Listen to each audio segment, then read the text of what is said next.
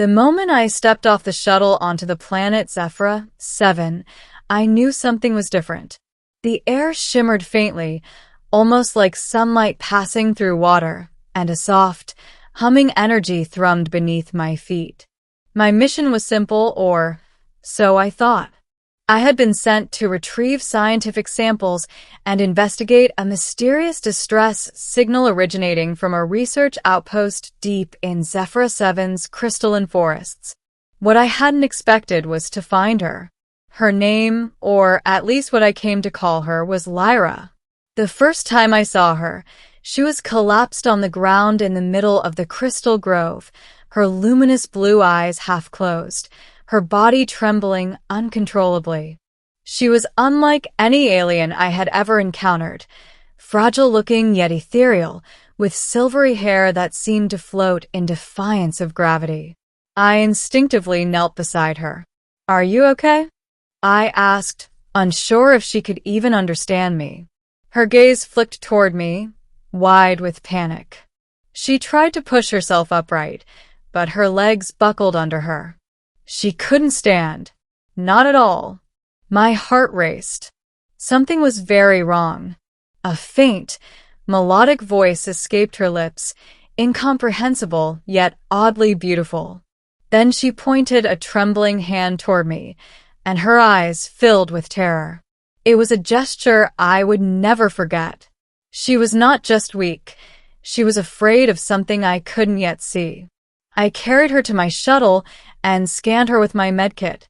Her vitals were normal. Heart rate steady, breathing even. No apparent injuries. And yet, she was incapacitated. I felt a shiver run down my spine.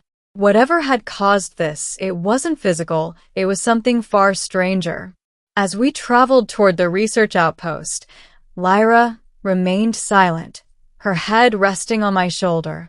I tried to communicate with her using the universal translator, but her language was filled with strange tonal shifts that the device could barely process. Then, almost abruptly, her body stiffened. Her entire frame tensed, as if she had just seen a ghost. "What is it?" I asked, but she didn't respond. We landed near the outpost, a jagged structure embedded in the crystalline cliffs. Inside, the place was in disarray. Overturned chairs, shattered consoles, and a faint smell of ozone lingered in the air. And then I understood. The distress signal wasn't random, it was hers. As I explored, a faint flicker of movement caught my eye. Lyra's body suddenly went rigid again. She tried to step toward the movement, but her legs gave out beneath her. She collapsed again, her hands gripping the floor. And then I saw it, a strange, shadow-like creature, writhing unnaturally along the walls. It was like liquid darkness, yet intelligent. Its form shifted constantly, making it impossible to focus on any one part. Lyra gasped, a sound of pure terror. I froze. The creature wasn't moving toward me. It was observing her. And her reaction, it was extreme. I approached cautiously. "It won't hurt you," I whispered. "I don't think it can," but Lyra's body shook violently. She tried to speak, but all that came out was a strangled noise. Her eyes glowed brighter for a moment, then dimmed, and she collapsed entirely. I had to catch her before she hit the ground. The creature reacted instantly, retracting as if my presence was a deterrent. Then, almost to my disbelief, it spoke. No words, just impressions. A surge of images filled my mind. Lyra being trapped, her species enslaved, her legs failing her every time she was near them. It was some kind of psychic link, and she couldn't stand because of it. The creature wasn't attacking her physically. It was triggering a neurological reaction that paralyzed her. I understood now. Her reaction wasn't weakness. It was fear. Not just ordinary fear, but an instinctive defense mechanism. Her body was literally refusing to obey her brain whenever the psychic creature was nearby.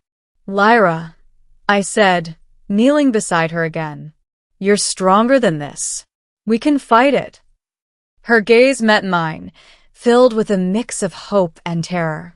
I didn't know how I would protect her from a creature that could control the body through fear alone, but I couldn't abandon her.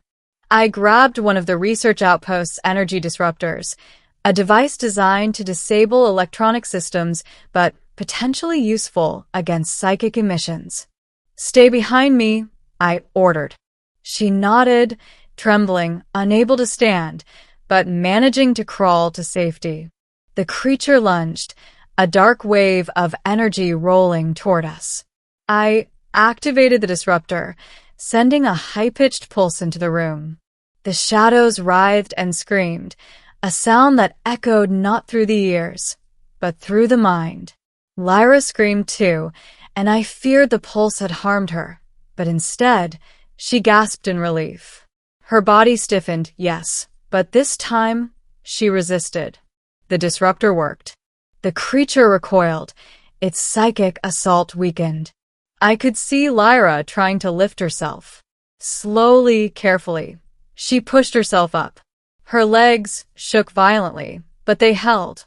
One step, then another. And then she was standing. I couldn't believe my eyes. After all that, she was standing. She looked at me with a mix of disbelief and triumph, tears glistening in her luminous eyes. It's working, she whispered. I nodded. Yes.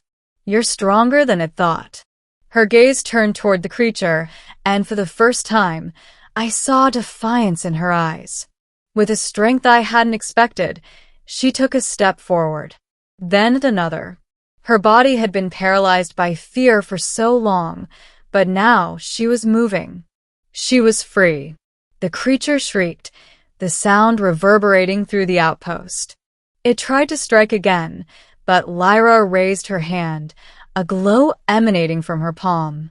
Energy pulses radiated outward, and the creature was thrown backward, dissolving into harmless fragments of shadow. She collapsed again, but this time it was exhaustion, not fear. I caught her in my arms. She laughed softly, a sound of disbelief and joy intertwined. I stood, she said. Yes, I said, smiling. And you'll stand again, stronger than ever. We spent the night in the outpost, and by morning, Lyra was able to walk without assistance, her confidence growing with each step. I learned more about her species and the psychic predators that haunted this region. They had a strange code: to subjugate without physical confrontation, to paralyze the prey with fear. And somehow, through sheer will and the disruptor's help, Lyra had broken it. By the time we returned to my shuttle, she was laughing, floating slightly as she mimicked my walking awkwardly with gravity-adjusted steps. Her strength wasn't just physical, it was the triumph of mind over fear. Human, she said, her tone teasing, you think you rescued me, but I think I rescued myself. I laughed. I don't know. I think we rescued each other. She looked out at the crystalline forests, the morning light refracting in impossible colors. I never thought I could stand again. Not here. Not now. But I did. Not just stand, I said. You conquered.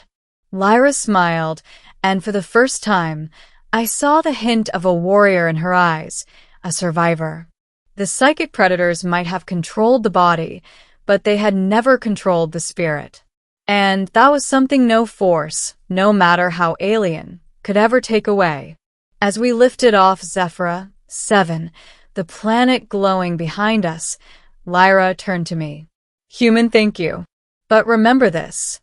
I'm stronger than I look. And next time, I might just be the one rescuing you. I laughed. I'll hold you to that. And in that moment, floating through the stars, I realized something incredible. Strength isn't just about muscles or even about fighting. Sometimes, it's about standing up when every part of you wants to collapse. And Lyra had done exactly that. The alien girl who couldn't stand had shocked me, yes. But the shocking truth wasn't her weakness. It was her incredible, indomitable strength. Ending. The shuttle pierced the upper atmosphere of Zephyra 7, stars stretching into thin silver lines as we entered hyperspace. Lyra sat beside me in silence, her hands resting on her knees, not trembling, not bracing, simply resting. I watched her from the corner of my eye, half expecting her legs to fail again, half expecting fear to reclaim its grip. It didn't. After a long moment, she stood. Not suddenly, not dramatically, just calmly. She rose to her feet, steady and balanced, and walked to the viewport. Each step was deliberate, confident. When she reached the glass, she placed her palm against it and looked out at the stars she had once believed she'd never see again. "I thought standing meant defying my body," she said quietly. "But it meant defying what they taught me to fear." I joined her. "Fear rewrites rules," I replied. "You rewrote them back." She turned to me, eyes glowing softly, not with panic, not with pain, but with resolve. "Those creatures will return. To my people. To others." She paused. "But now I know they can be resisted." The transmission beacon activated automatically, sending a warning across nearby systems, data about the psychic predators, their methods, their weakness. Lyra watched the signal leave the ship, hope carried on radio waves. When we finally docked at the Human Alliance station, Lyra walked down the ramp under her own power. No assistance. No hesitation. The gathered scientists stared in disbelief, but she didn't shrink under their gaze. She stood tall.